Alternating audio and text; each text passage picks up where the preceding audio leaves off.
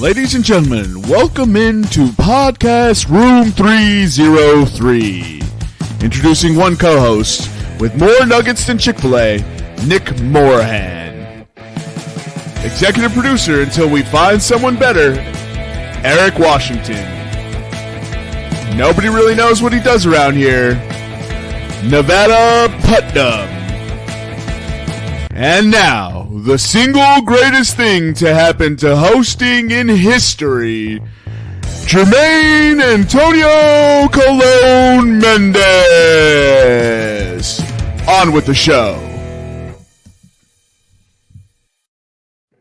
Ooh-wee. Ladies and gentlemen, welcome into Podcast Room 303, episode 238. I'm your host, Jermaine Colon Mendez. This is my co-host, Nicholas Morahan, and we have with us Nevada Putnam, executive producer Nevada Putnam. Let me full title him. Put some respect on that name. Hey, well, chill out there. Yeah, geez. Chill. Second show in a row. All of a sudden, he's trying to wield that power. All of a sudden, No doubt. Jesus Christ. Doesn't even have access to the pre-show docs properly. But Right. We can take him away. You know that, right? In a second. How you doing this evening, Nevada? I'm doing quite well. It doesn't matter with your Rudy Poo candy ass. Sorry. Eric's not here. Someone had to get it. Go ahead. That's fair. No, I'm good. I'll send it over to Nick. I imagine he's pretty happy as well. Yeah. I mean, I mentioned on the last episode, but can't take away, can't knock my shine right now. Todd Helton's a Hall of Famer, so that's pretty friggin' cool if you ask me. Childhood with a bow on top, right? Mm-hmm. Best way to explain that situation there. Yeah, I mean it really sets it's not only the fact that my favorite baseball player of all time has made it into the Hall of Fame. It's not only the fact that he's a Colorado Rocky, it's the fact that it now sets a precedence that baseball writers are starting to come around on the idea that just because a guy plays in a hitter-friendly park doesn't mean that should be held against him for his whole entire career and afterwards, and his achievements shouldn't be measured, especially when we don't measure pitchers by their achievements in pitcher-friendly parks. Yeah, it is pretty funny. And sorry if you were about to say something about it, but this is coming in a time where the New York Yankees park is somewhat laughable on one side of the field. Yep. And it's like, oh, this big market team is doing it. Right. Oh, it's not really that big a deal. Right. We don't really care about it anymore. We don't care about it anymore. Hey, Colorado, I know we made you put in what they put in to Humidor. Yep. I was like, in my head, I was like aquifer, and I was like, I know that's the wrong stevedore. I was like, that's the wrong fucking word. Labrador. They put a Labrador. A Labrador retriever they put in. But it is pretty funny to see that. But and Nevada. Well, you know what? We'll get into the blind 5 seconds since we are opening up with MLB Hall of Fame. Let's go ahead and show our ever fluid state and just discuss Major League Baseball's Hall of Fame. So, which one of you two chuckle fucks wants to go first? I have it pulled up. So, the Hall of so candidates this year needed 289 votes to be elected. So that's basically if you get above 75% of the votes you're in. So if you get less than 5%, you drop off any future ballots. And a player can only go for 10 years. Mm-hmm. Yeah, a player can only go for 10 years. First ballot Hall of Famer. Our first ballot, 2 first ballot guys got in. Adrian Beltre got in with 366 votes. That's 95.1%. And Joe Mauer got in with 293 votes, 4 more than he needed. That's 76.1%. Todd Helton, as we've mentioned, Colorado Rocky, 307 votes, 79.7%. Guys who just missed. Billy Wagner, famous closer, only missed by 5 votes, so assume he'll get in next year. Gary Sheffield now drops off the ballot as this was his 10th year. He only got 63% of the vote. A couple of other names. Alex Rodriguez got 34%. Manny Ramirez got 32%. David Wright only got 6%, which is hard to see.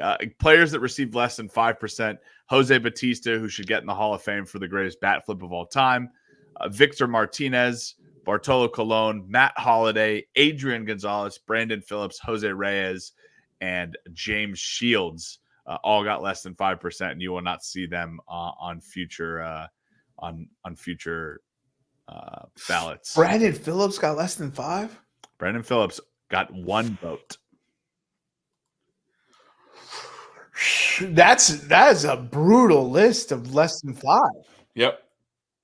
I think here's the problem, right? Is that we're starting to get into the I have to go and I have to look up these players, right? Jose Bautista wasn't a great player, wasn't a Hall of Fame player, right? Brandon Phillips wasn't a Hall of Fame player. The problem is now we're starting to enter where these are the players we grew up with. And it's like I said the exact same thing to you when this came out earlier today. I was like, Brandon Phillips got 1 vote. You go back and you look at his career stats, they're not that good, but you just remember him from the highlight plays he made and how he was just an everyday player playing for the Reds. That's what you remember, right? Jose Bautista, greatest bat flip in history, and a career with the Blue Jays for a really long time. That's where I kind of got to start to separate it. So Beltre, Helton, and Maurer get in. So on the list now, left is Wagner, Jones, Beltran, Carlos Beltran, A-Rod, Manny, Chase Utley, Omar Vizquel, Bobby Abreu, Jimmy Rollins, Andy Pettit, Mark Burley, K-Rod, Francisco Rodriguez, Torrey Hunter, and David Wright. They'll probably add. We get to add more in. But what are your guys' thoughts on this ballot? And who do you see making it in next year? I mean, it's Brandon Phillips. It's still kind of crazy, dude. 200 stolen bases, 2,000 hits, 368 doubles, 275 batting average, like the 3-time All-Star, 4-time Gold Glove, Silver Slugger. Like, I've seen less deserving people get in. Look, the fact I don't think I thought Joe Bauer was that good. Or Joe Mauer, I'm sorry. So, and I looked at his stats, and he's actually pretty good. Nevada, did you break up on us? So Joe Mauer never won an MVP, if I'm correct, right? Or does he have one? I think he has one. He has one. Yeah, I think 1. The problem is Joe Mauer is a great comp to Terrell Davis. He didn't have sustained. He didn't have like these years and years of success that you saw other Hall of Fame players have. I'll say Todd Helton. I'll say Adrian Beltre. He didn't have those years and years of success. But the years that he had, Joe Mauer revolutionized the catcher position. Joe Mauer took catching from a sport where you would take a guy who was a prospect, who was a catcher, and you'd say, he can hit, and we don't want to destroy his knees, so let's move him to first base. Let's move him to the outfield. And Joe Mauer finally convinced scouts that, yes, a guy can play catcher, and he can hit, and it still did destroy his knees. But the peak of Joe Mauer, the best, 7 years, I think, was incredible, and that's why he's in the Hall of Fame. Yeah. I don't think he deserves to be in. He also might have benefited from a weak ballot, right? Baseball writers are under this illusion that you have to elect somebody, right? They won't go a year without electing somebody. Because then if they don't elect somebody, they understand that baseball is a dying sport in America. And if they don't elect somebody, they lose this kind of buildup that we've had for the last month, right? Where people are like, actually like, oh, well, who's going to get in? Oh, well, there's the public ballot coming out now, right? If they don't elect people, you'd be like, who cares? Like, are you going to elect people this year? right? And they would lose that year of credibility. Credibility. Right. All right, Nevada, your thoughts on this? Sorry, I think I kind of stepped on you a little bit, but I think you might have just broken in and out a little bit. No, obviously for this year, obviously super excited for Todd. Nick and I grew up basically idolizing Todd. It was Todd and Larry Walker for a while until he moved on, but he is Mr. Rocky. He is the Rockies. He stuck it out. Just before they went to the World Series that offseason, there was basically a trade in place for him to go to the Red Sox. But there was a issue over pitching prospects. I can't remember who it was that the Rockies wanted. And I think it was pitching prospects, and the Red Sox were like, now we good. And obviously we kept Todd, and the rest is history. So for me, there's one moment that I'll always remember, and that's when he's final out of the NLCS, where Tulo circles around, picks it up, whips it at Todd at 95 miles an hour. He scoops it up like he always does, and then it's just the double barrel forearms in the air, because he knew what that meant, not only to him, but to the franchise, to the fan base, everything. Like, it was absolute euphoria. As far as on the field stuff, obviously his defense, you throw a baseball at first base, it's a vacuum. He's picking it up. It doesn't matter how bad it is. He's going to scoop that ball up. That goes to show his gold gloves that he won. And then at the plate, the guy was a total prick. He would have 15 pitch at bats, just fouling balls off. Once he fouls 4 or 5 off, you're like, all right, he's going to get on base. He's either going to hit a double or he's going to get a walk. And that's just what he did. So I'm super excited for it. Obviously, Adrian Beltre, no problem with that. Joe Mauer, yeah, he doesn't really move the needle for me. But, it is what it is. Back to Nick's question about next year's Hall of Fame ballot. I'd have to think about the ones who are on the ballot, but I will give you 2 newcomers who I think you both will agree, well, at least one person that's upcoming is got to be a no-doubter, and that's Ichiro, right? He's already been in the Hall. In my head, Ichiro's already a Hall of Famer. Yeah, he's pretty much been in the Hall of Fame since he came to the U.S. because his career in Japan was unreal. And then the other one that I think probably will get in on the first round next year is going to be CC. Sabathia. Damn. Yeah, that's interesting. So those are that aged 2 headliners. Yeah, so he's on there next year. Also, you got Dustin Pedroia, Ian Kinsler, and King Felix. They're all good players. I don't know if they don't quite reach, certainly not Ichiro level, and obviously CC. I could see him sneaking in on the first ballot. He is kind of beloved, but I think CC's feels more inflated. The way people talk about him than what I actually remember of him. Now I'd have to go look at statistics and stuff to be able to defend that, but I don't know. I that's just kind of how it feels for me. But I'm looking at Joe Mauer. Joe Mauer had to run. He went from 06 to 2013, except for 07 and 2011, where he didn't play like pretty much a full complement of games. He wasn't any awards, but that's 6 All-Stars. He finished top 5 in MVP voting twice, winning once in 2009. Nevada put it here in the chat, 365 batting average, which is just crazy. And then he had 96 RBI. But he had 365 batting average. On-base percentage was .444. Slugging was .587. OPS was .1031. And OPS plus was .171. And he led the league in all 5 of those categories. Yep. Yeah. I mean, and that's not even taking into consideration his defensive metrics, right? And I think really that I will not underestimate his contribution to the game. To Nevada's point to Todd Helton, Todd Helton hit 252 in 2 strike counts and hit over his career. The MOB average last year was 183. Yeah, it was not good. That's for sure. Not good. You don't like getting 2 strike counts. Believe me, as a pitcher, I love getting a guy in 2 strike counts because I can throw whatever. I get 4 pitches to throw whatever. Yeah, because he's like, if he throws a strike, I don't want to get thrown out. Then they'll throw it in the dirt, and now you're looking like a jackass. Yeah, 252 he hit in 2 strike counts. Todd Helton for his career hit 316. 316. Yep. Shout out Stone Cold Steve Austin. Yep. I I believe averaged over 162 games. Over an average 162 game season, he averaged 43 doubles.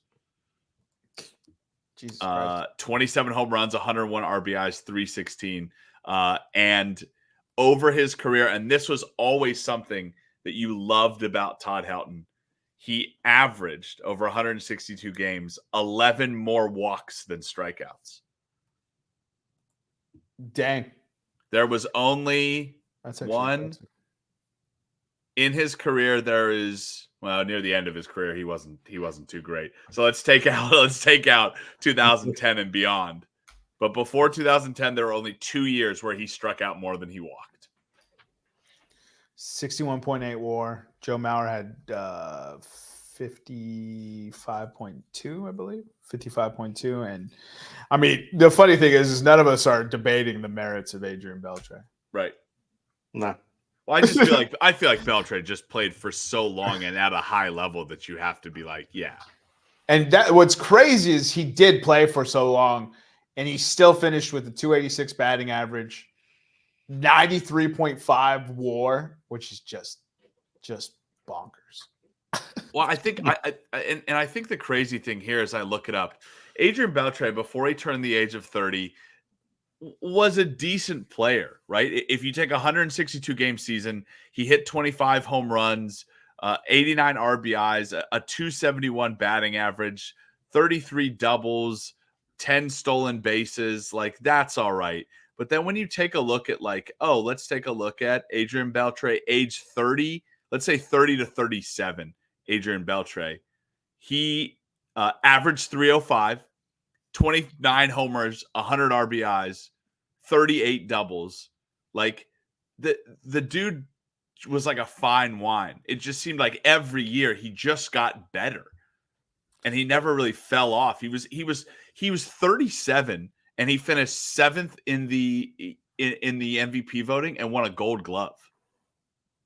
Yeah, the Texas Rangers Beltre was incredible. So being from Texas, like I like to pseudo root for Texas teams unless they're playing my teams, right? Just the byproduct of being Texan. Stop me if you've heard Texans being proud of their state. But man, when he came to Texas and was just doing all kinds of crazy stuff, I remember when he lost to Miguel Cabrera, the MVP race. I don't remember what year. What year was it? I mean, the 2012, and that was the 2012 Tigers on top of that. So I was pissed, and he finished 3rd behind Cabrera and Mike Trout.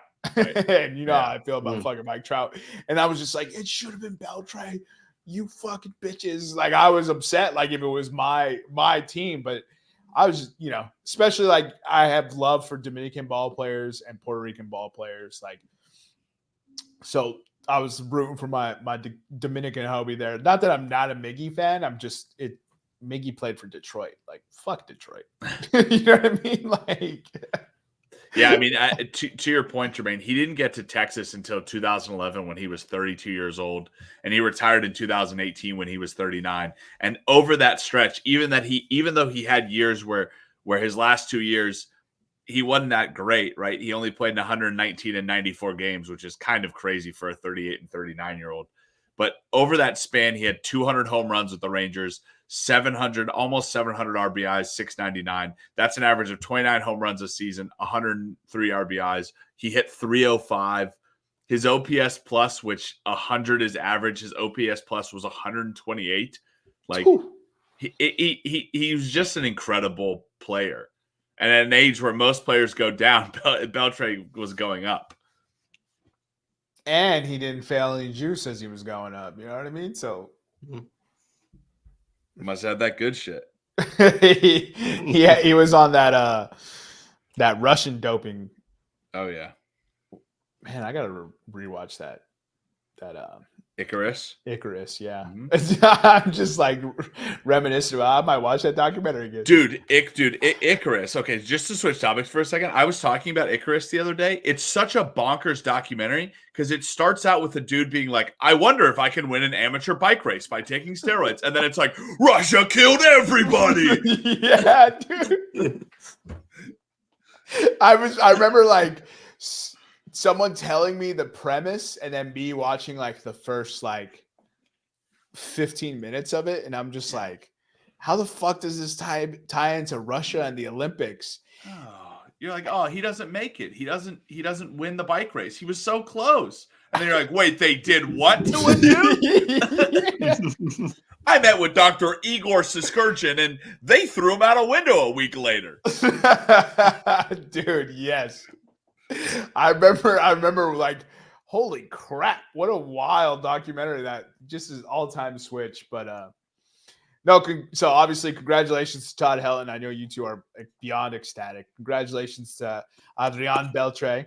And congratulations to Joe Mauer. Look, just because I don't think you deserve to be in, what the fuck does that matter? You in, baby. Congratulations. Right. Your ballot doesn't mean shit. Yeah, I ain't one of those curmudgeon sports writers that got you in, right, fella. So don't be sending me no roses in the mail. I will take money though. So go ahead and send it my way. There you go. All right. So, and you guys, Nick, what was here's the thing about the Hall of Fame. And you were going to go into some long diatribe pre-show about how it's just a waiting list. And if you don't slip the bookie $20 at the front, you're not going to get a host to sit you at a table. That was a rant you were going to go on. This was the Gary Sheffield rant, right? That you had these guys that in the late 90s and early 2000s saved your sport, the sport of baseball, from the strike in 94, 95, right? And those guys took steroids, okay? So those guys have ridiculous Hall of Fame worthy stats, right? Your Sammy Sosa's, your Mark McGuire's, your Alex Rodriguez, your Manny Ramirez, right? Your David Ortiz. Oh wait, he got in. So we don't really hold that standard. Andy Pettit, but he's not. So you have this list of guys. So if you say they're not going to get in, then you remove them out of the list, and then the best players in the MLB during that time frame, they get moved up. So Gary Sheffield had the same stats that these guys had without taking steroids. He also contributed to saving your game. Are we just going to say that those years didn't happen? Right? 1996 to 2006 to 2010 never happened because there was such a stain on baseball, which still exists because of 1996 through 2010. Like, I don't understand. Pay homage to the greats. That's what the Baseball Hall of Fame is. So that future generations of baseball fans can look back and say, wow, I wish I would have seen Babe Ruth play. I wish I would have seen Hank Aaron play. I wish I would have seen Lou Gehrig and Thris Speaker play. So they're just going to look back at 1996 to 2010 and say, well, who played during that? Right? We're putting in, like, we're not even putting in Gary Sheffield now? So, 292 batting average, 509 home runs, 1,676 RBI, 253 stolen bases, OPS plus of 140, 9-time All-Star, 1997 World Series, 5-time Silver Slugger, batting title, and Major League Player of the Year. What are we doing? Like, I don't know if that Major League Player of the Year is. I don't. It's TSN. It's TSN. Oh, Canadian, because he played for the Blue Jays. I just don't understand that, like, we're just going to have when I'm old and I'm telling my grandchildren about baseball, they can't look to a player in the Hall of Fame and say, oh, there's the legend of the game that played then, right? They're not going to have a record left over in the base, which is originally what the Baseball Hall of Fame was supposed to be, a record for future generations to continue on the love of baseball.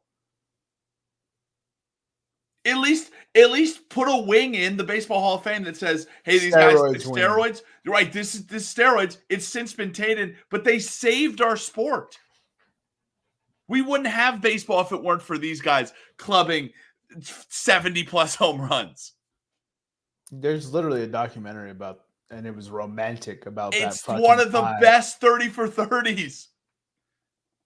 Yeah. So Gary Sheffield, right? 60.5 WAR, which to me is like one of the greatest statistics ever created. Right. That's better than Joe Mauer. Right. Everything else is better than Joe Mauer. What's his thing? What WAR did he have? 60.5. That's 11 less than Derek Jeter. And everybody fucking loves Derek Jeter. Yeah. If Derek Jeter couldn't play defense. Gary Sheffield finished top 3 in MVP in 1992. You want to take a guess on the next season that he finished top 3 in MVP voting? In 1992, he played until when? He finished top 3 in 1992, started in 88, finished in 09. It was like 2004, 2005. 2003, he finished top 3. Okay, yeah. 2004, he finished top 2. Yeah. He was another Adrian Beltre type guy. He was like Gary Sheffield played at a high level his whole career. For sure. I remember kind of thinking, oh, Gary Sheffield's done. And then around the early 2000s, all of a sudden Gary Sheffield's playing, like he played for Atlanta and then he played for the Yankees. And then he just had this resurgence. And I was just like, God damn. And then the Yankees didn't want him anymore. And then he went to the Lions. And then, unfortunately, he finished his career with the Mets. It's a bad beat. Ugh. That's a bad beat, bro. Those Mets, the 09 Mets, that's a bad squad. If you compare him to similar players, and I'm using baseballreference.com here, and I'm just going to list some of these guys, and let me know if these are famous guys. These are similar batters to Gary Sheffield.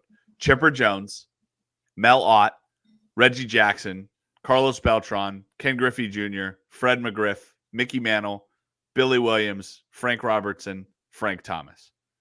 Are those all Hall of Famers? By the way, every one of those except for Carlos Beltran is a Hall of Famer.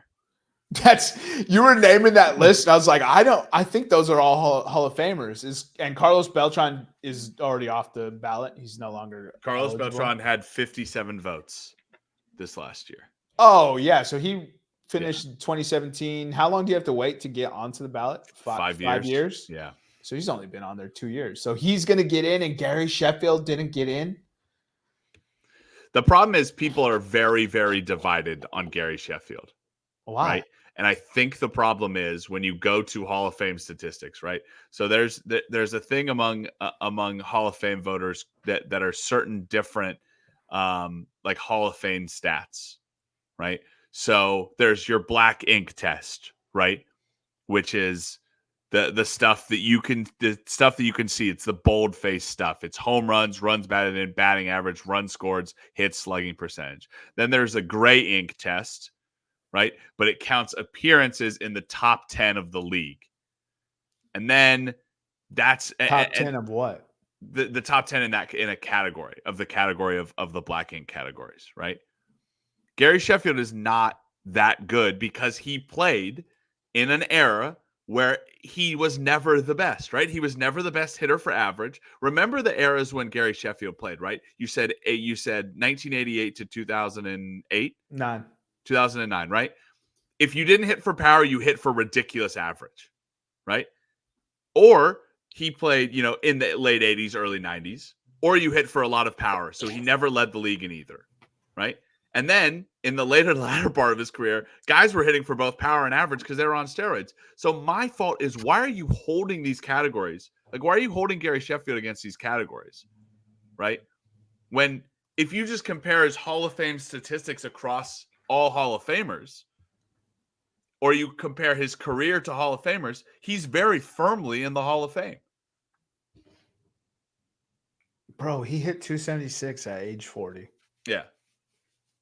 Yeah. I mean, I don't I don't get the case against Gary Sheffield. He should get in for his batting stance alone. I have been in debates where I have tried to explain to people that Gary Sheffield should be a Hall of Famer, and people are staunchly against it, and I cannot understand why. I just can't wrap my head around it. Your batting title, 5-time Silver Slugger, 9-time All-Star, won a World Series. It's just I can't wrap my head around it. Nevada, thoughts on Gary Sheffield? In short, yeah, he should be in the Hall. I don't get the hate. Obviously, coming from a team that just their players in general get the hate because they play at Coors Field. I don't get it. The guy put up the numbers. He put up the stats. Like Nick has said, he was one of the people that helped save baseball. I don't know. Maybe he would have gotten more attention if he took steroids. I don't know. It's ridiculous. It's so funny. Like you can't have it both ways. That's what's you're both saying the same thing, and it's just cracking me up. It's like, okay, you're not letting him in because of steroids. And then, so what about the dude who didn't take steroids and was putting up numbers like those motherfuckers who 500 home runs? I feel like should be Hall of Fame worthy. Right. I mean, you want to say, oh, hey, in these numbers, like the main categories we think, home runs, RBIs, batting average, right? You're like, oh, he wasn't top in that, right? He's not top. And then you look at every year and you're like, oh, well, he wasn't top 10 in any of those. It's like because he played in the steroid era, that's where he made his bones, in the steroid era. But if you take the steroid era out, you got to take those guys out of those tests too. That's a good point. Like Lance Armstrong, they didn't give Lance Armstrong doesn't still get to have his Tour de France's. And everybody, those Tour de France's get given to the person who finished with no steroid allegations. Who finished second or third? I think he finished like 20th.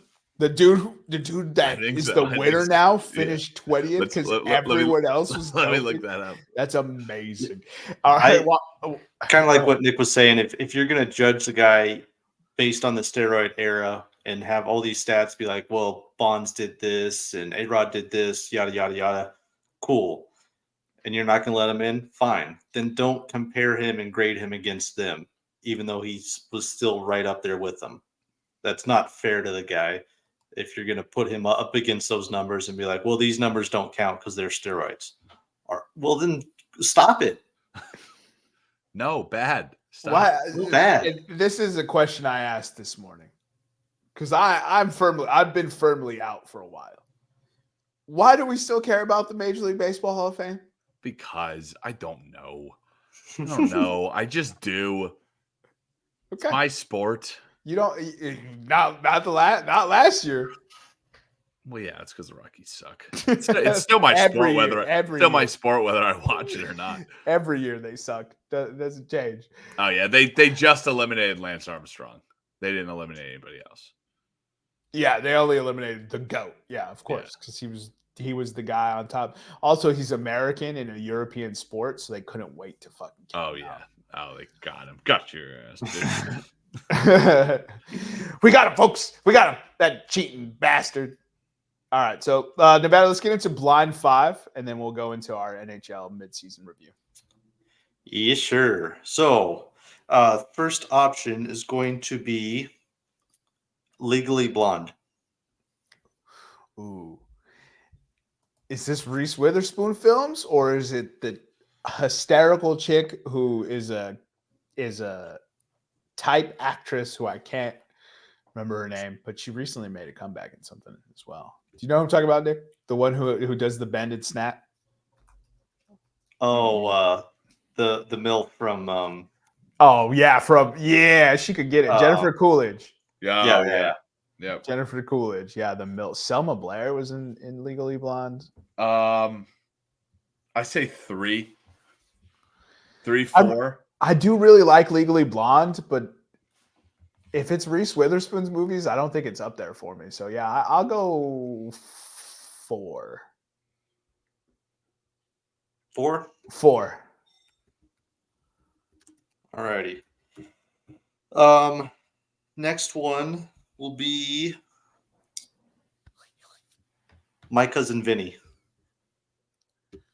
Is Marissa Tomei in Legally Blonde? Lawyer movies, maybe? I haven't seen My Cousin Vinny, so what? Oh, Man. Oh, did I just trigger some folks? I apologize, ladies and gentlemen. Luke Wilson is Luke Wilson in My Cousin Mark Vinny? Morahan is not going to be happy when he hears Oh man. Well, he wasn't around to force me to watch My Cousin Vinny. That's true. That's true. Was Luke... I know 2 of the movies. I know 2 movies by heart, and that's Few Good Men and My Cousin Vinny because my father loves those movies. All right, so I'm looking at My Cousin. Oh, it's got Joe Pesci too. Oh, 1992. I was 2 years old. Like, come on, guys, give me a break. It's a great movie. It is a great movie. Is Lane Smith in both these movies? Who the fuck is that? Lawyer movies? Are we thinking too deep? It might be just lawyer movies. I don't see any similar actors or actresses. I would say 2. I will let you pick because I haven't seen it. It's 2 then. I haven't seen it. Just because I'm not ready to give 1 on number 2, but it's 2 for me. If it's good enough to be 1, but I'll tell you this much: if Devil's Advocate shows up, you cannot have the number 1 spot. I don't care how good My Cousin Vinny is. And yeah, you can come at me, Mr. Moorhead. I don't think I've seen Devil's Advocate. With Keanu Reeves and Al Pacino? Really? You've seen My Cousin Vinny, but not Keanu Reeves and Al Pacino? Let's see. Well, is that movie? Pick the next one then. If it comes up, then we'll have this discussion. And Charlize Theron? Like, that's Charlize Theron. Is that really how you say it? No, I don't know. You dick. All right. Well, you guys figure out which movies you haven't seen. Next one's going to be, ironically enough, Few Good Men. Is this a Mark Moorhead special? This is just how long Nevada has been. Yeah, this is just how long Nevada's been around me. He just picks these movies. I mean, that's a good candidate for 1, brother. That's dude. I mean, if you're gonna say it's 1, I'm saying it's 1. I think it's a pretty good candidate for 1. You said you come here in your white uniform, dude. Tom Cruise, Jack Nicholson, dog. Like, I mean, what more can you say? That movie still gets me going to this day. That courtroom scene is fucking amazing. It's amazing. It's amazing, and the way they like build to it, you don't know what the fuck is going on. I'm gonna rip off your head and shoot down your neck. You fuck with the wrong Marine. Dude, you got heavy hitters as all the officers. Kevin Bacon, yeah. Kiefer Sutherland, yeah. Demi Moore was in that, dude. Come on. Oh, Kiefer Sutherland, not Kevin Bacon. No, Kevin Bacon's in there. Kevin Bacon, they're both in there. Okay, all right, yeah. So, going 1. We're going 1. We're going 1. Okay. I swear to God, if fucking Aaron Brockovich is one of these movies. I'm gonna switch up the next one. I'm gonna go with Liar Liar. Oh, that's my favorite Jim Carrey movie. It's got to be 3.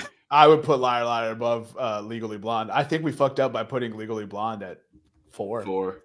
I think My Cousin Vinny probably should be 3 or 4. Yeah, we put it at 2 though.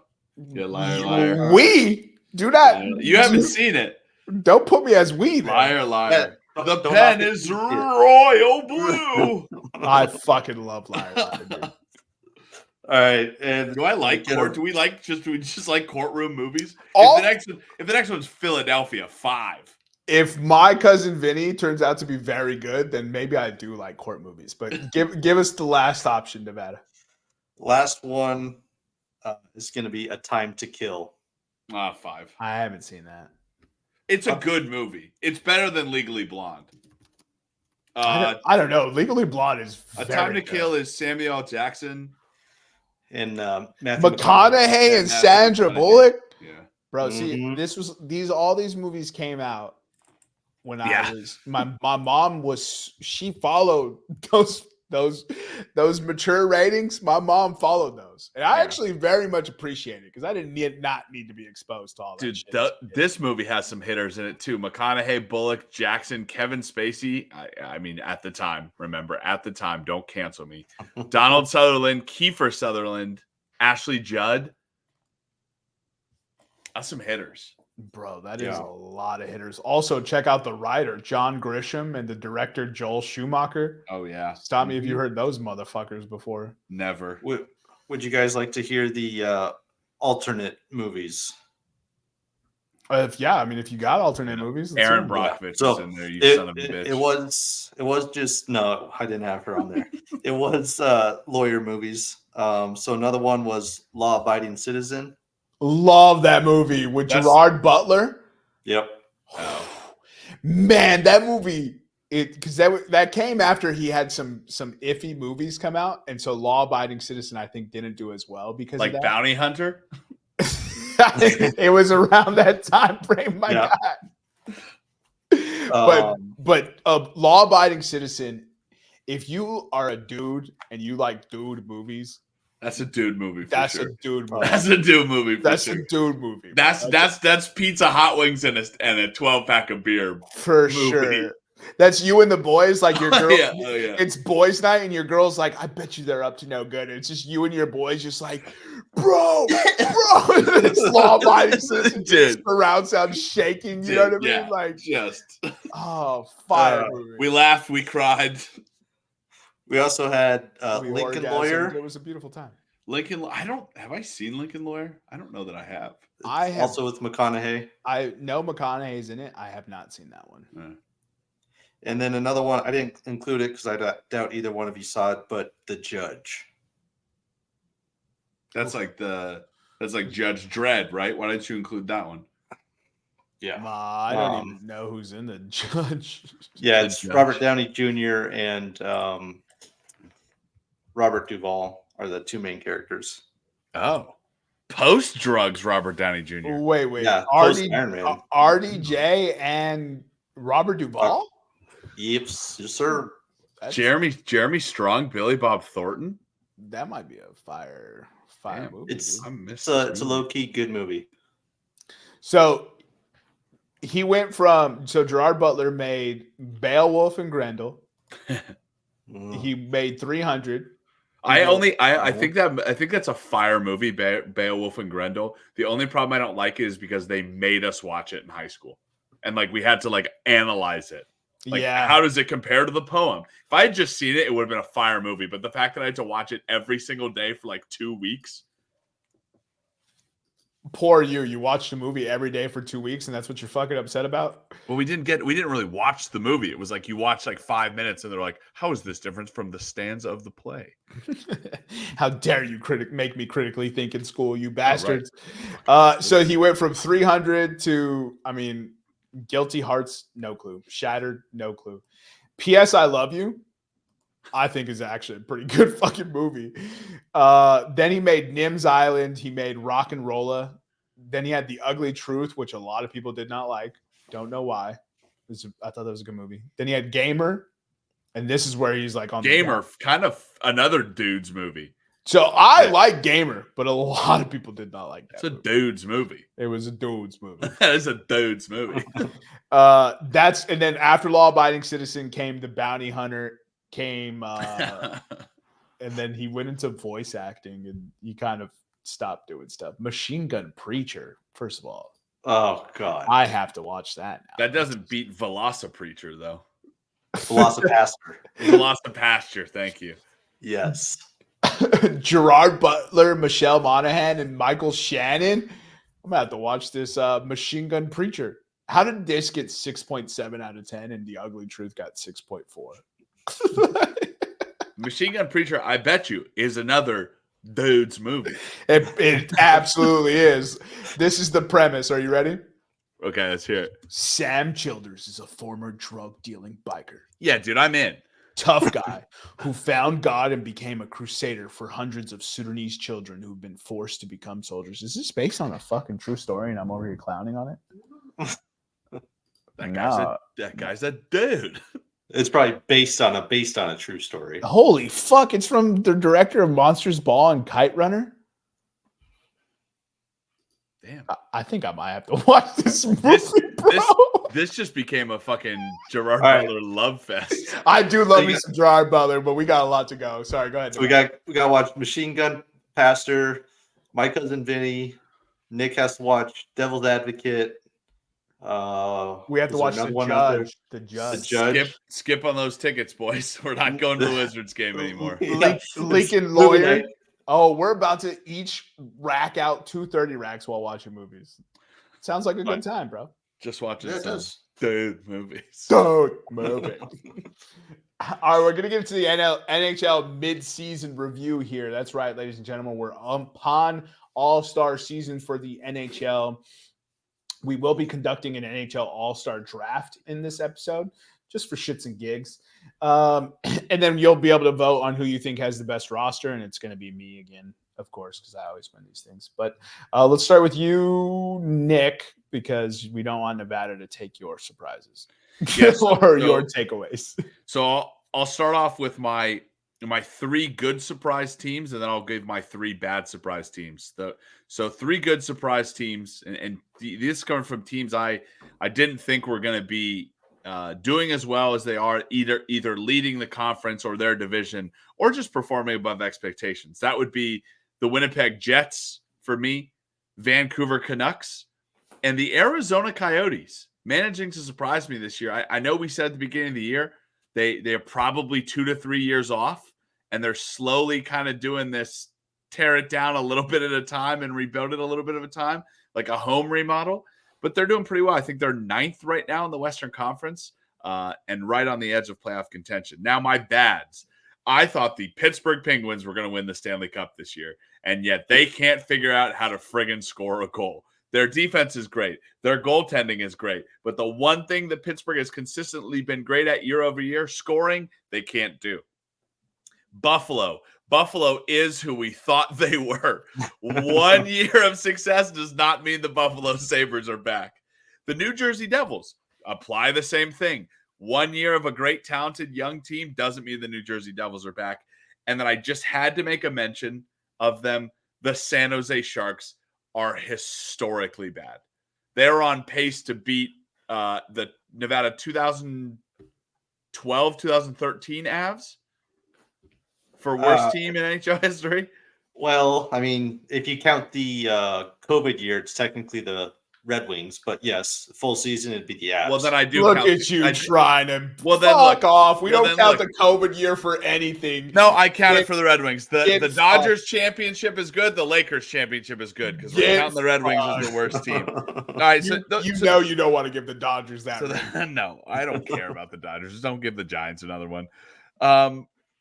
Those are my good and my bad teams. San Jose has just been so historically bad. All right, so you keep beating down San Jose, right? And I just want to point out that. So one of my takeaways, I'll just lump it in here since we're just gonna beat these goddamn horses, is how bad Chicago actually is. I know, I know Connor Bedard getting hurt kind of hurts that, especially when he was leading in goals, assists, and points for rookies. But points-wise, the San Jose Sharks have 28 points right now, which is awful. I understand why you're beating the horse. Chicago only has 30.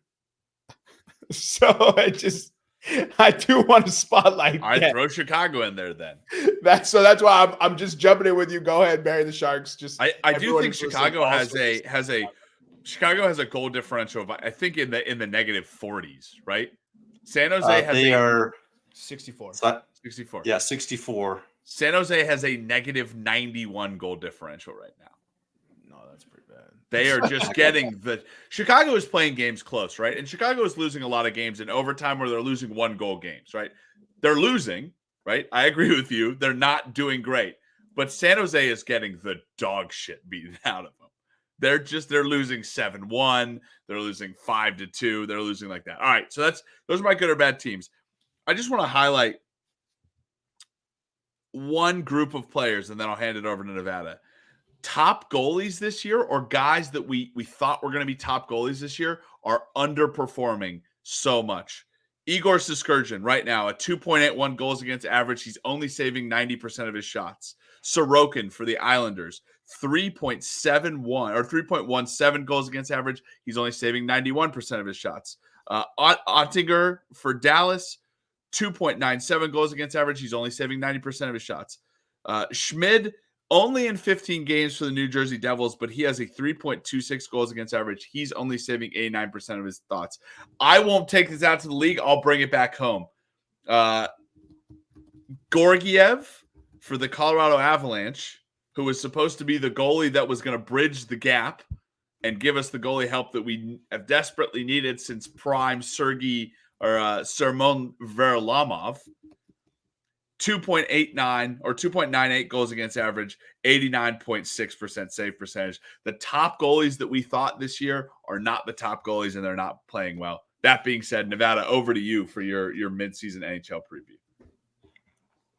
Yeah, you took some of the thunder from me. I agree with you. The Jets have been – I think the reason I wasn't high on the Jets was I was fully expecting them to trade Hellebuck and Mark Scheifele, and then 2 days after our episode drops, they both signed 8-year deals. So they both got paid after we said they would get traded. Yeah, go figure. So you touched on the Canucks. They're doing awesome. Teams, the only other team I would say that is frustrating is the Kraken. They kind of came out pretty lackluster. They've kind of sorted it out a little bit here, but they've had a disappointing start. And then to your point with the Devils, and I know I mentioned this in the early season preview, them losing Andrew Burnett, who went over to Nashville. He was the offensive catalyst. He was there when the Panthers were doing really well. And then obviously last year with the Devils, when the Devils popped off, now you can see the Devils kind of regressing. They don't have that pop. So just a little bit on that. As far as other disappointments that I'll put on here, I'll give him a little bit of a break, but Trevor Zegras, I know he's been injured, but when he was playing, he had 2 points in 10 games. That's before he got injured. This is supposed to be one of your top line guys. Now it's to the point of they may trade him. So again, I'll give him a little bit of break with the injuries, but come on, dude. 2 points in 10 games, and you're supposed to be the offensive weapon for him. I called it. He's a bum. Yeah. Well, the minute he gets traded to your fucking team, you're going to be ecstatic. Oh, I don't want him on Colorado. So he played 20 games. This whole season, he's had 4 goals and 3 assists. Yeah. I'm not going to look at it just the stats and be like, oh, he's got 4 goals or whatever. Granted, yes, he's been injured and stuff like that, but to come out the gate just fumbling, that sucks. My other disappointment, I didn't really have hopes for the Caps, but Ovi, what is going on? He was supposed to be the one chasing Gretzky's goal mark. He still is, but he is slowed down this year. I think there was a point where he went I don't even remember how many games it was. It was a couple of weeks. He didn't even have a goal. And you're still, I don't know, 80 some odd goals away from tying Ovi or Gretzky. Pick it up, dude. They're in the thick of the wild card still, which is kind of yeah. Well, every year. Yeah, it's every year. It's like they suck, and then you go look at it. You're like, well, they can still make the playoffs. Right. It's ridiculous. You're like, who do they have? They can't score. They can't defend. They don't have a good goalie. There they are at 9th. It's like them in Pittsburgh. Yeah. You tie them together. Same way we tie Ottawa and Buffalo together, where it's like they're going to take the next step forward. Washington and Pittsburgh are the same way. They're going to contend for the playoffs, and then you're halfway through the season. You're like, what the fuck? So it is what it is. But some pleasant surprises that have come through this year. Nick kind of touched on the other side of it with the top goalies underperforming. I'm going to go with those kind of, I wouldn't say no-name goalies, but those next ones where you didn't really think they were going to be contending for the Vezina as top goalie. Goalies such as Joey Decord in Seattle, he's obviously helped them rebound and get their points. Aiden Hill in Vegas, he leads the league in save percentage and goals against. We called him a playoff liability last year. Yeah, he was third or fourth string guy because he was a playoff liability last year. And then he won the Stanley Cup, and now he's like king swinging dick, dog. See, dudes just need a little bit of confidence. And then also you got Thatcher Demko in Vancouver. If you're going to be a top team in a conference or in the league, you probably have a stud goalie. He's starting to live up to his expectations when he came out of San Diego back in the day. And then Charlie Lindgren, who ironically is playing for the Capitals, even though they're kind of floundering for a playoff spot. He's been amazing since he came up and started taking over the role as the number one netminder. So those are some pleasant surprises that have come across that aren't just the teams. Yeah, so I have Minnesota Wild as one of my disappointments. I had penciled them in to compete for the division crown, with the Colorado Avalanche and Dallas Stars. They've kind of fallen flat on their face. They do have a very impressive amount of goals coming from rookies in Minnesota, which leads to a much more promising future. But as far as this season goes, I've been disappointed from that perspective. Also ecstatic because I fucking hate the Minnesota Wild. So hell yeah, little torn because I did have a dog on them. But also I'm like, who fucking cares? I'm glad, you fucking pieces of shit. I will say the Detroit Red Wings have been a fun story this year, especially since they're 2 points removed from taking Tampa Bay's spot as number 3 in their division. I know that pisses you off every time I like to shine good stuff on them, but I think that probably makes me want to do it more often. It's about time. They've missed the playoffs for 10 years. So we throw the dog bone every now and then. Throw a dog bone, right? And then can't wait to beat them in the Stanley Cup. Look, if the Colorado Avalanche played the Detroit Red Wings in the Stanley Cup, oh god, I am mortgaging. I'm getting myself into a lot of credit card debt. I mean, a lot. I'm taking out a personal load. I'm buying tickets for every single game. Oh, yeah. I will be living in Colorado and Detroit. Oh, yeah. No, I won't go to Detroit. Oh, pussy. I knew you were in Detroit. I knew you were scared. I knew you were scared. Okay, we can be anything we want to these days. You even said so on the last episode. So Canadian teams not named the Winnipeg Jets and the Vancouver Canucks. What the fuck are you doing? The expectations that they had on you and then Edmonton has somehow rebounded. And I'll say, I know how this somehow rebounded because they have Connor McDavid and Leon Draisaitl. So it's easy to rebound when you have those two guys. But that unbelievable start to the season of just putrid play, and for them to be at 53 points, I guess should be a surprise, not a disappointment, but it is a disappointment. There was expectations on this team, and they haven't lived up to it. So, to the point of the Oilers, one of the benchmarks is where teams are at on American Thanksgiving, because obviously Canadian Thanksgiving's a couple weeks later or something like that. If you are outside the playoffs on Thanksgiving, your chances of getting to the playoffs is 20% or something. It is not good. And they have just skyrocketed. I think the last 15 games, they're 11-3, 12-3, something like that. So they're running up the board. They're catching fire. There's comparisons for this Oilers team to the Blues team when they went on a run and won the Stanley Cup, because they were dog ass in the conference about this time last year. And then obviously Bennington did his thing and they just skyrocketed. Oh, your favorite. Yeah. To speak to Nevada's point, I only have the last 10 in front of me for Edmonton, but they are 10-0-0. There you go. It's pretty fucking good for those of you at home who are not familiar with hockey. Yeah, I think those are my surprises or my takeaways from the team perspective. I'm seeing Nashville do as well as they're doing, with the drama with their coach, like before the season, trying to go through players' phones and stuff. is kind of appreciative to see. And then Nevada gave me some notes because I didn't really have a ton on hockey after Connor Bedard broke his jaw and kind of effectively lost the Rookie of the Year race. I kind of checked out. But to say he was a bust, Nevada can't even say that with a straight face because that man was balling at 18 years old with nobody on his team and somebody fucking his mother.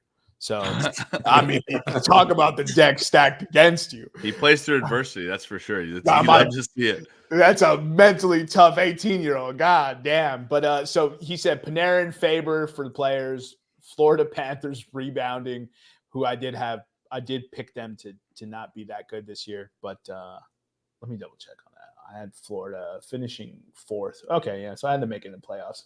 Yeah, they were kind of those in the playoffs. Yeah, I think most of us probably had them right around the wild card, but I don't know what it is. I don't know if they're pissed off the way they played in the Stanley Cup final or something, but they're playing awesome. So yeah, and that's one of those cases where the team really does follow their leader, and Tkachuk is just a wild man. That dude's a maniac on the ice. 100%. I can't wait till we start to have international play again. I don't know if it's going to be Olympics or a World Cup kind of tournament, but one of the lines they have projected is the Tkachuk brothers on the same line, centered by Jack Hughes. For America? That's their second line. That's the second line? That is... Who's because Austin Matthews will be on the first line. Yeah. Jack Matthews. Is Eichel American? No, he's Canadian. Yeah. Eichel's American. Oh, he is. Who's the other wing? Or who's the center? Line? Yeah, who's the center on the first line? Austin Matthews. Oh, who's the other wing? I think might have been Kyle Connor from what I saw. And we're bringing back TJ Oshie. I don't care how old he is. We got a spot for him on the 5th line. He's on there. We get to shoot out. We'll throw him in there. Oh, 100%. So those other surprises was Boston with the points, which I do agree. I kind of expected them to not pace the same way as the year before, but 67 right now is really fucking good. So they're looking like if you took Boston over, you should be probably smashing that bet. And then you said Hyman. I'm not sure who Hyman is, man. Zach Hyman with the Edmonton Oilers. For a while there, he led the Oilers in points. Mind you, they have McJesus and Draisaitl on that team. That's impressive, but that speaks to how poorly they were playing at the beginning. Yeah, comparatively speaking, from what they normally do, they're playing poor. But yeah, they've obviously started to turn it on. But yeah, Zach Hyman, he's been crushing it as well. And then Pierre-Luc Dubois, did he get traded to the Kings recently? Yes, from Winnipeg. So he got moved out to LA. Which seemed like a good trade at the time. Nobody disregarded that. It was a good trade. But he is just not showing up. It's kind of frustrating because when he was in Columbus, he kind of had this stuff where it was up and down. He would show up, then he wouldn't show up next year.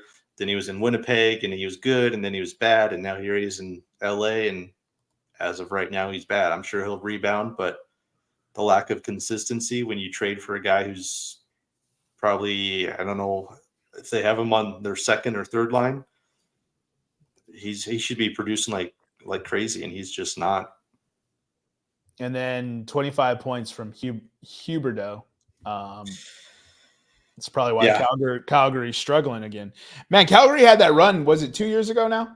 And you kind of expected them to be good, and yeah, they had a great team. They had Johnny Gaudreau and Matthew Tkachuk, then both of them leave in the offseason, and they bring in Huberdeau and Kadri and another guy from Florida and Mackenzie Weegar. And Huberdeau signed his contract, and he's checked out. He doesn't have the heart right now. Oh, that's So- that's disappointing. So, just real quick, we'll go over our division breakdown before we get into the All-Stars and the draft. But I had an exact order finish of Minnesota, Colorado, Dallas, Winnipeg.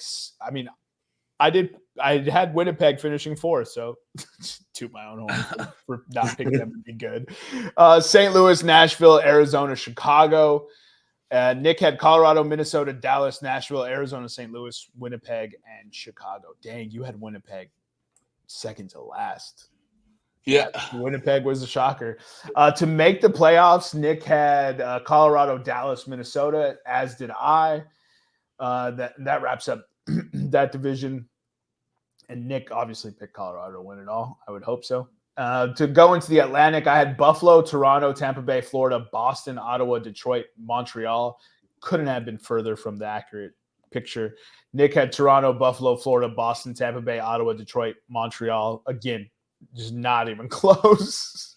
I had Toronto, Tampa Bay, and Buffalo making the playoffs, and I had Buffalo winning the division. That's incorrect. Nick had Toronto, Florida, and Buffalo making the playoffs and Toronto division winner. That also looks incorrect.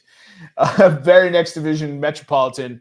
I had the Devils, Rangers, Carolina, New York Islanders, Washington, Pittsburgh, Columbus Blue Jackets, and Philadelphia as an exact order, with Carolina, the Devils, the Rangers, the Islanders, and the Capitals all making the playoffs. And yeah, I picked the Capitals because I thought, still could happen. I mean, still could happen. Yeah. Still could happen. What I said on the podcast was like, look, one of Pittsburgh or Washington is not making the postseason. Yes. And I hitched my wagon to Washington making the postseason, but it could be both missing. Nick had Devils, Rangers, Carolina, Pittsburgh, Islanders, Blue Jackets, Capitals, Philadelphia. Did we have? No, we didn't have the same thing. Okay. And you had Carolina, New Jersey, New York Rangers, Penguins, and Islanders all making the postseason. The Islanders, they have 50-something points right now, but they fired a coach. They're below expectations. So Yeah, they're in flux. They're fluxing right now.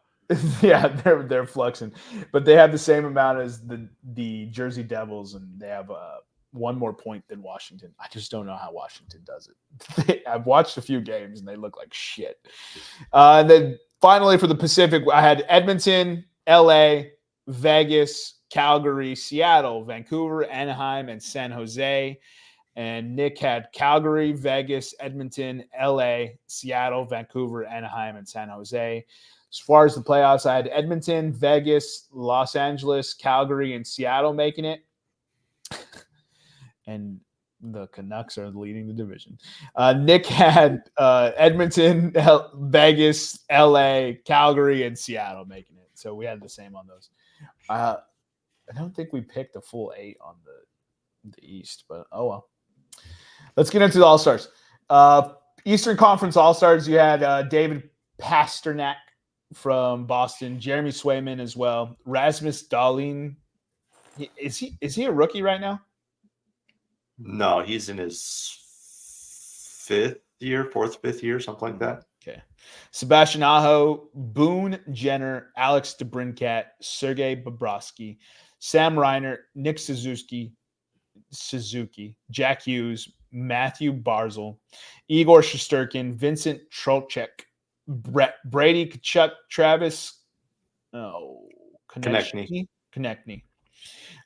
Sidney Crosby, Nikita Kucherov, Mitch Marner, Austin Matthews, William Nylander, Morgan Riley. God, lead Toronto Maple Leafs cleaned up. Tom Wilson. And then They're not really that good of a team this year either. No, they're not. They're not.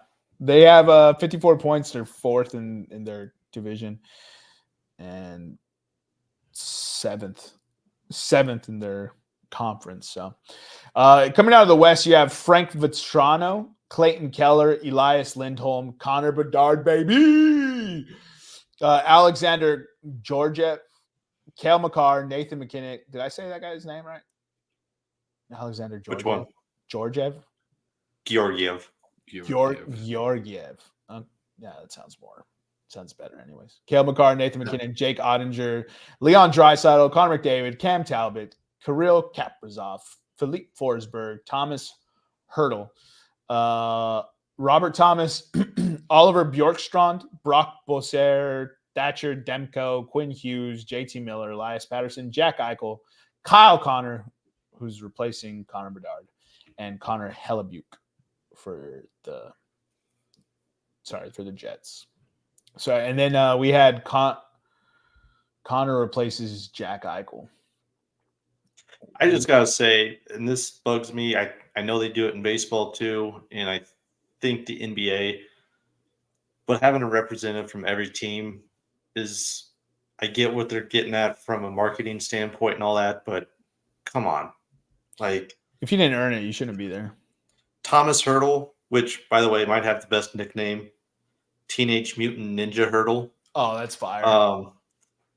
His stats this year: 46 games played, 14 goals, 19 assists, 33 points. That's not an all-star. That's not even close. Don't look up Connor Bedard then.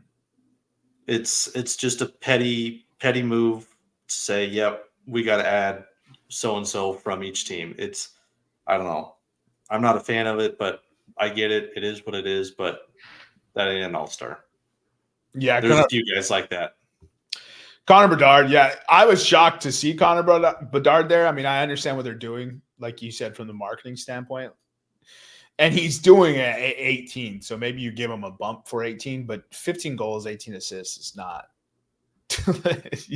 Right. If you put it into perspective, he's doing that at 18. You could see how you could put him in an all-star game, but even then, it's like, dude, there's someone out there who's for sure better.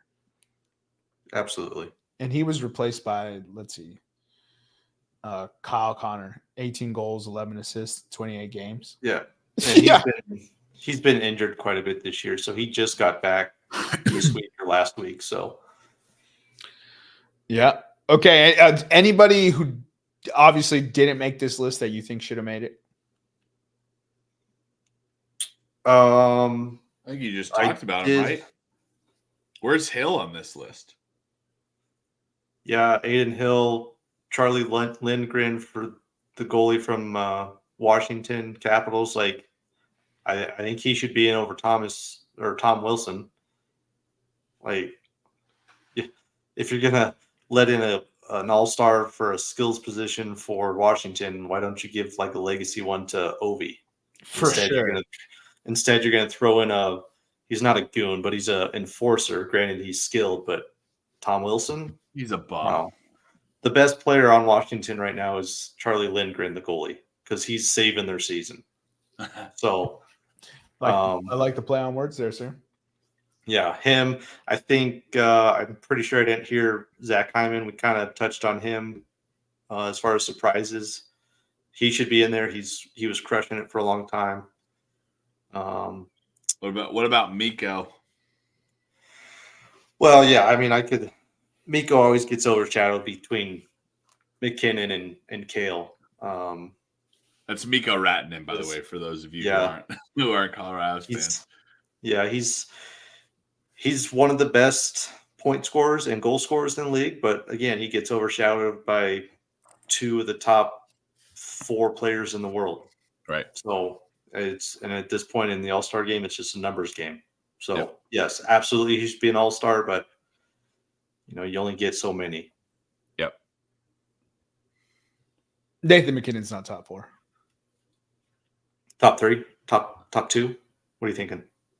No, I don't think he's better than McDavid. That's this year. Absolutely, yeah. This year he is. This year, fine, but that's because of what we expect from Connor McDavid. No. McKinnon has 77 points in 47 games. Yeah, and he's playing out of this world this year. And what did he do last year for him to be top 4? Played out of the world. Yeah. Okay, so name me 3 better players than Nathan McKinnon in hockey. 3 better players? Yeah, because Connor McDavid is up there. Austin Matthews? No. Austin Matthews is better. Austin Matthews does not move the puck like McKinnon does.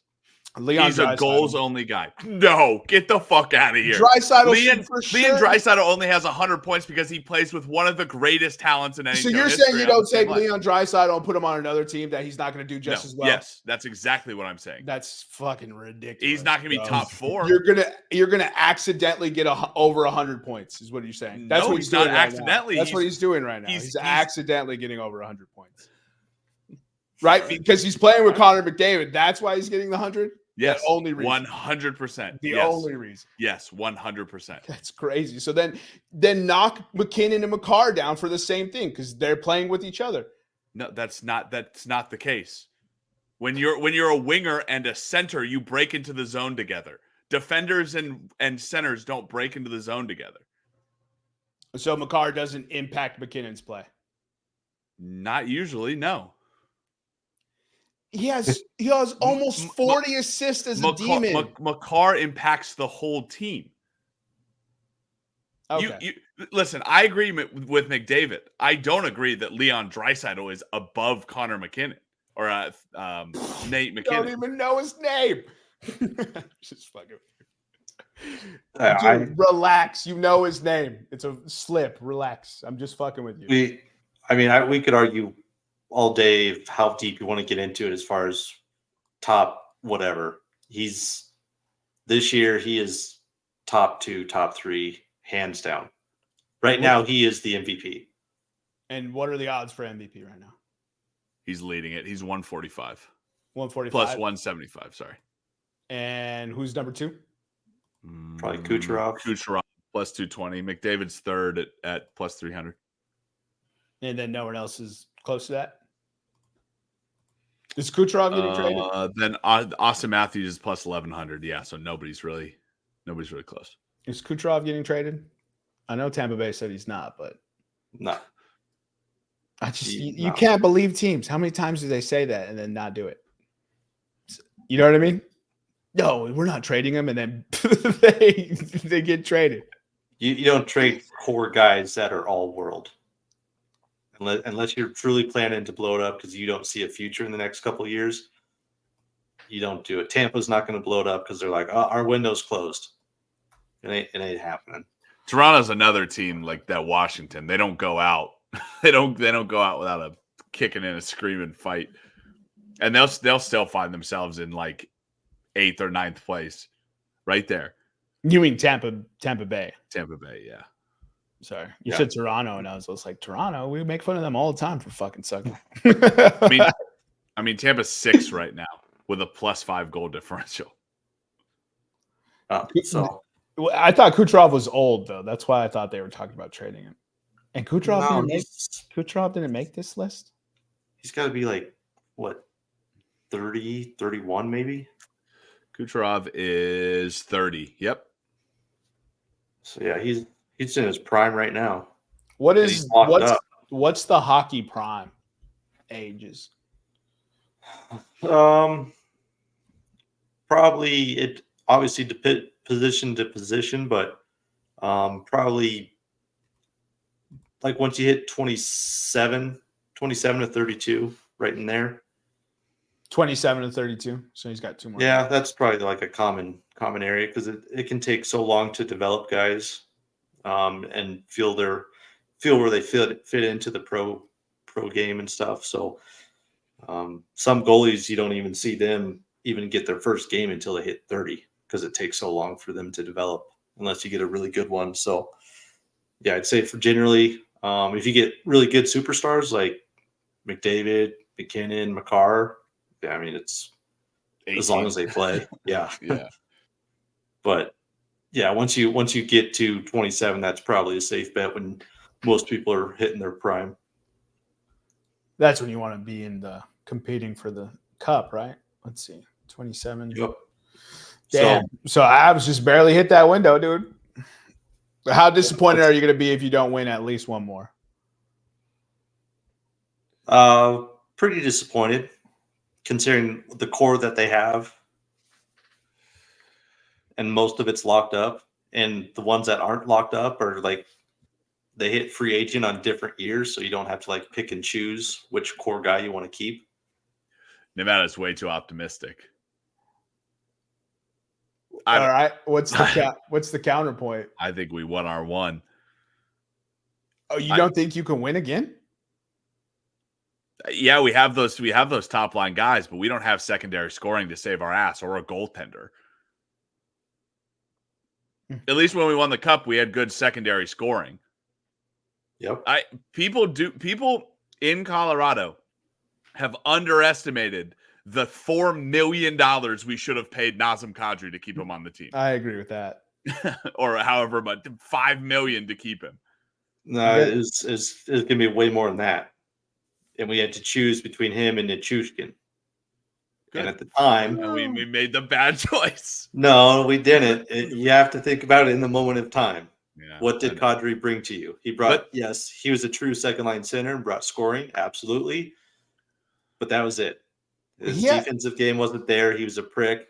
Nichushkin can do everything: 5-on-5, penalty kill, power play, bang Russian horrors.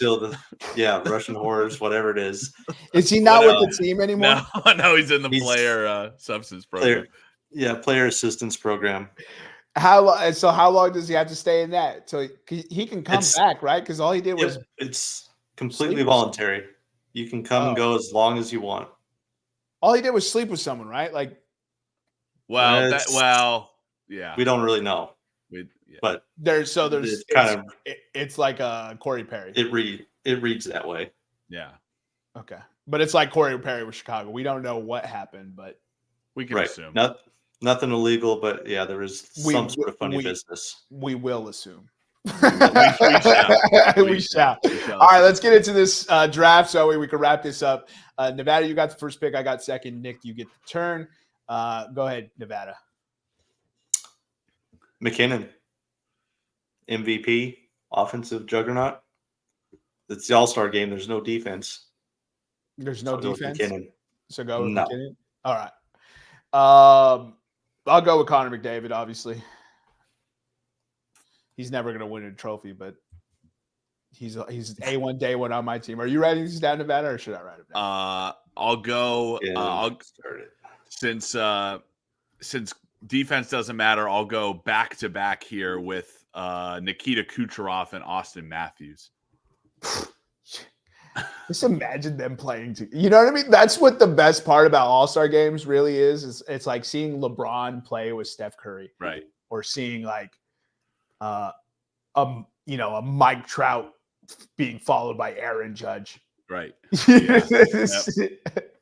I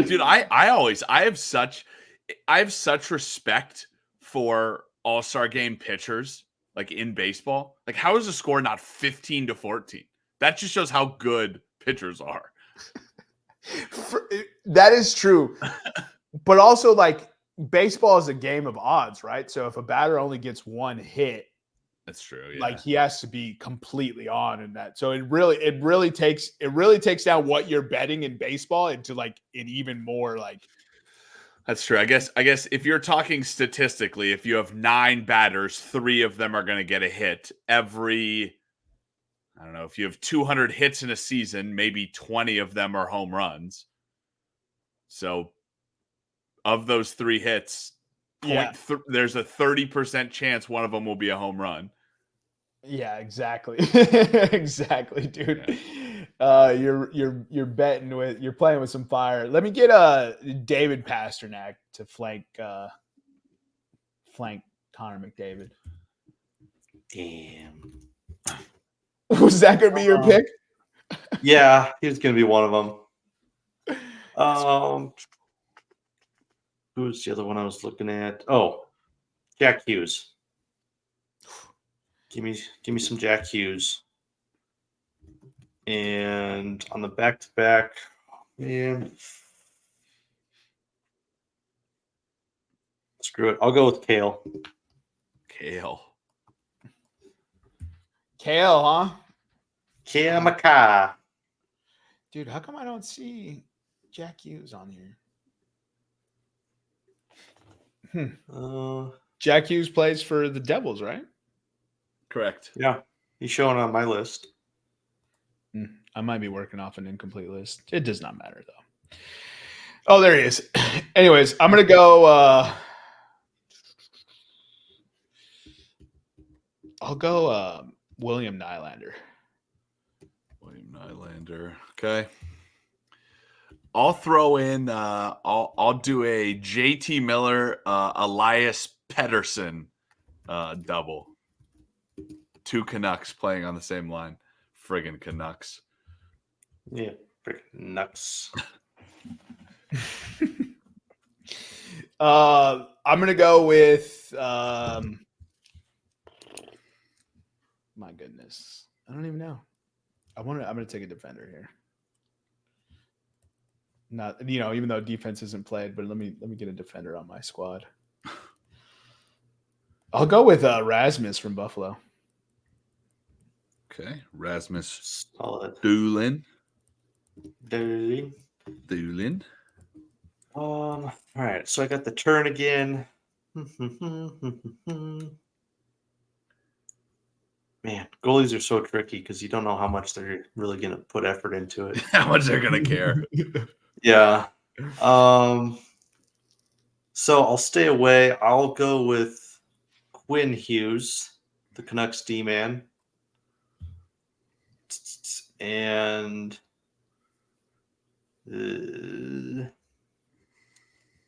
how about no, I'll go with Brady Tkachuk. Oh wait. Yeah. Is Matthew on? Oh, is Matthew there? I don't know.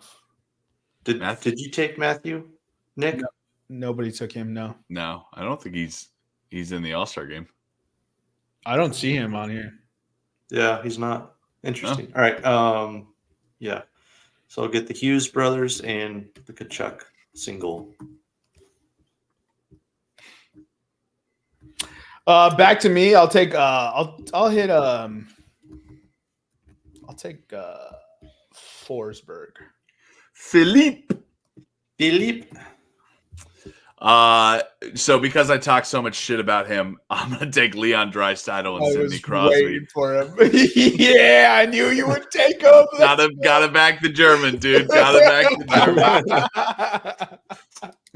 I was about to pick him, and I was just like, let me see if Nick. 100%. I was like, dude, I'm not letting him get this far in the draft. That'd be stupid. I was just like, okay, we're letting him fall because we're proving a point here. I was like, let's see if I could get him, take someone and still get him. Like, let's see if Nick will stick to his guns. No, 100%. I'm not going to do that. No, sure, I will not be doing that. Oh man, I wish I knew more of these motherfuckers, to be honest. I'm gonna take I'll take Sebastian Aho. Oh, good pick. Okay. Aho. All right, screw it. I'll start dipping into the goalie territory. I'm gonna go with Swayman. I think he'll be nice and amped up for his first All-Star game. And what a weird reason to pick, you know. I got to justify it somehow. I mean, maybe that's true. Maybe he's out there to prove himself. I'm not disagreeing, but it's just like you're looking at Shesterkin, Bobrovsky. You know what I mean? Lord knows Bobrovsky and Talbot aren't going to be excited to be in All-Star game number 7 or whatever it is. Yeah. And then I'll bookend him with Hellebuck. Why not? You're taking two goalies. I'm done with my goalies. Sweeping the goalie board. What a communist. Well, obviously I have to take a goalie now. Start the run on goalies. That's what he did. I'll take the surprising division leading goalie, Thatcher Demko. I mean, it is pretty crazy that Vancouver and Winnipeg are leading the division. Oh yeah. It's like, no, I'm sorry. Nobody had that at All-Star break. No. And if you did, first of all, send me your bets every year. Right.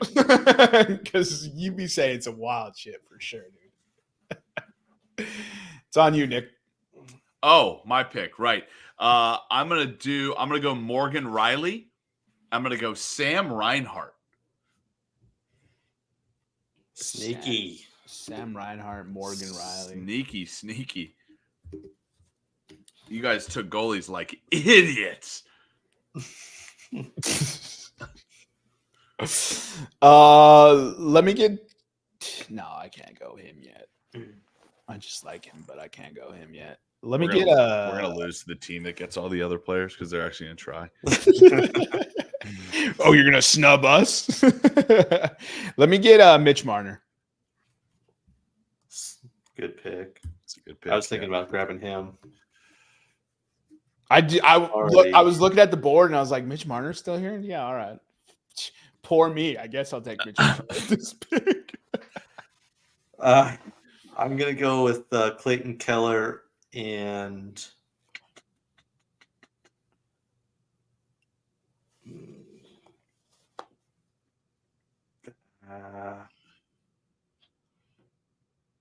Barzal.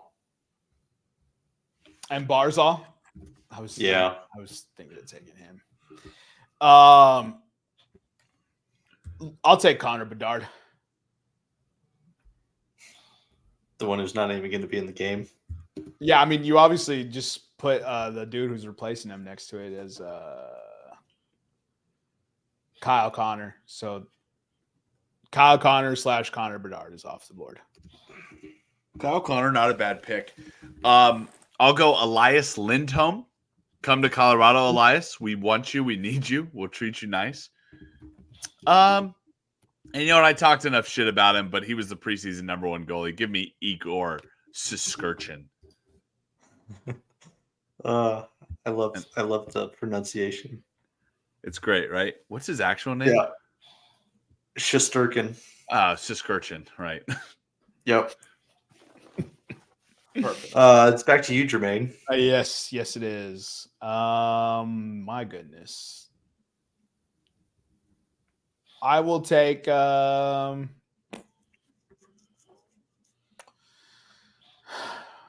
not like crossing anything off, so I'm trying to remember who was picked. So I'll take Vincent Trocheck. Check.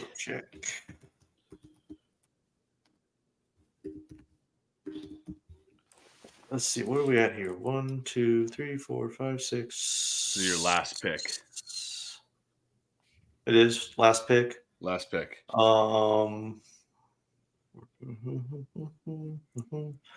will go with DeBrincat. Oh, I think that was my last pick as well. Alex DeBrincat. Oh, wait, hold on. I'm supposed to take one more goalie, right?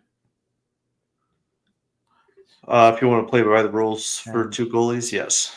2 goalies. Oh, I guess I have one more pick then too. Oops. I'll take did anybody take Bob?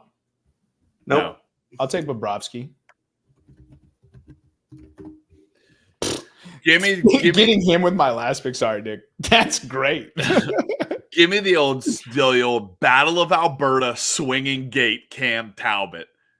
Cam, where'd my glove go, Talbot? I really thought you would go with Ottinger. Cam, is this why they call it a blocker? Talbot. Do you just not like Ottinger because he plays for the Stars? Fuck Ottinger. And fuck Gorgiev too. Play better. And until he plays for the U.S., the U.S. goalies are going to be stupid good. What is this? Is it this year? The World Championships? No, I think they're. When do we get to see the next? When do we get to see the next U.S. team? The next Winter Olympics? Well, that's always a contentious issue, Right. which I don't understand. But owners and money. Yeah, I you think can build in a stop into the season though. Like That's ridiculous. Yeah, what it's a concept. You must be communist. Yeah, Nevada's getting actually. Nevada's like, oh, it's just. I'm just gonna leave it at that. So would you prefer them being in the Winter Olympics or them not? Oh, absolutely. Best on best. Absolutely. Oh, okay, yeah, all right. God, that was so. What was that? 2016? The Oshie stuff. When Oshie made that run in the Olympics, was it the Olympics? No, wasn't that senior year of high school? Wasn't that 2010? Oh, No. Jesus.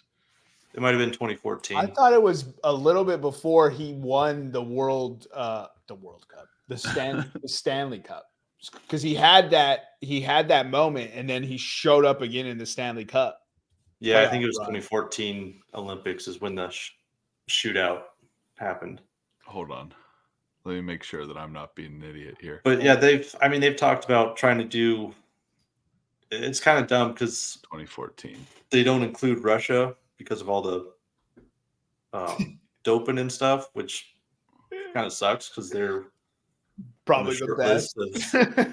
Well, they can at least contend for it. So it's pretty much they're talking 4 teams: U.S., Canada, Sweden, and Finland. Those are the ones that can compete every year, stuff like that. It'd be nice to bump it up to like 6 at least, if not 8, but it kind of is what it is. So I think they're talking maybe next year or the year after to see if they can't get something going. So everybody's throwing out all these lines and stuff. But yeah, when I saw the Kachuk brothers, just 2 mean motherfucking power forwards. Yeah, they're assholes too. They really do. They play such like they play like brothers. Just yeah, like the Bash Brothers from the Mighty Ducks. Yeah. Yeah. They literally watched that movie too many times. No doubt you want them on your team. 1,000%. I don't want to play against him. No chance. No chance. That's what Vegas didn't want to play against him. He was by himself. He was a maniac in the Stanley Cup final.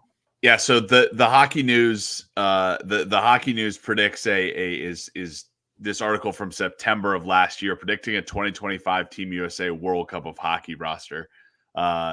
So Jake Ottinger, Connor Hellebuyck, Thatcher Demko, with the other option being Jeremy Swayman. Defense, those are all Americans? Yeah. Defense, Adam Fox, Charlie McAvoy, Justin Falk, John Carlson, Quinn Hughes, Jacob Slavin. Doesn't really sound American. Zach Werenski, Jake Sanderson, with Seth Jones, Jacob Trouba, and Keandre Miller being other options. Dude, I mean, and forwards, Austin Matthews, Jack Hughes, Tag Thompson, Jack Eichel, the Kachuk brothers, DeBrincat, Keller, Tooch, James Robertson, Kyle Connor, Johnny Gaudreau, with Dylan Larkin, Cole Caulfield, Trevor Zegras, JT Miller, Troy Terry, Jake Getzel, Patrick Kane. Bro, the American squad is stacked. Also, who is Tag Thompson and why is he not a Black? Tage Thompson. Oh, okay. He's still a cool name, but yeah, he's on Buffalo. He popped off last year. 6'7", like 230 no way. 6'7". I'm looking at a photo of this man. What an iconic headshot. Super skilled. I think he's out for the year with an injury or something like that. But he was born in Phoenix. So was Austin Matthews. Well, so Phoenix is kind of a hot. Austin Matthews. I don't know if he was born there or it grew up there or whatever, but he grew up there mostly, I think. Yeah, I know that. I knew that because it's always the fun fact I say when I was trying to talk to people of Phoenix about hockey. The even funner fact is, and he wears it loud and proud, is his Mexican heritage. So his nickname is Pablo. I think it's either his mom or dad is like Mexican or something and married U.S. or something like that. So he's technically could play for a Mexican team, but obviously they don't have one. Oh, dude, that'd be so funny. Oh my God, that would be amazing. He'd be the tallest Mexican on ice, bro. Well, he is for sure. Right. I did not know he was part Mexican. That's awesome. You could kind of see it after you say it, you can see it in the features. But it's not, a little bit. Like it's not my first guess. You know what I mean? No, it's definitely watered down. But yeah, he's proud about it too. He's even said he's like it'd be awesome to have a game in Mexico City. So his mom Yeah, is yeah. originally from Hermosillo, Mexico. And he moved to Scottsdale when he was 2 months old. Yeah, there you go.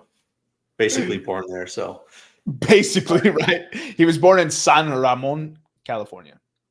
That's awesome. I did not know he's Mexican. That's a fun fact. yeah, Arizona's turning out to be a good hotbed. Hopefully they keep the Coyotes there. I'm pretty sure they will. ASU, if I was going to play college hockey and I got a D1 offer, why would you not go to ASU? Oh, 100%. Playing D1 hockey at Arizona State. Oh yeah. But yeah, Yeah. for sure, bro. And then what, like the hockey season in college it starts in when? When does it start? November? End of November? Yeah, somewhere around there.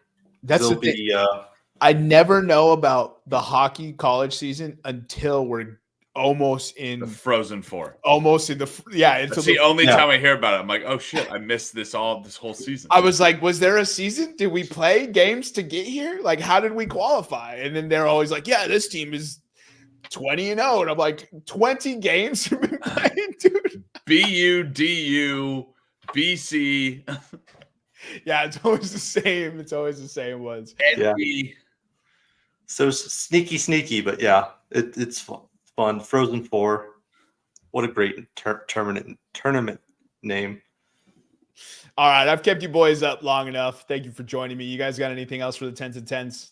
No, sir. Congrats, Todd. Yeah. Follow us on Instagram, Twitter, and YouTube at Podcast Room303. Drop a line in the comments to let us know why Nathan McKinnon sucks. And we'll see you. For myself, Jermaine Clo-Mendez, for my co-host, Nicholas Moorhan, and for our executive producer, Nevada Putnam, a.k.a. Nutty Putty. We'll see you next time when you come on down and step into the room.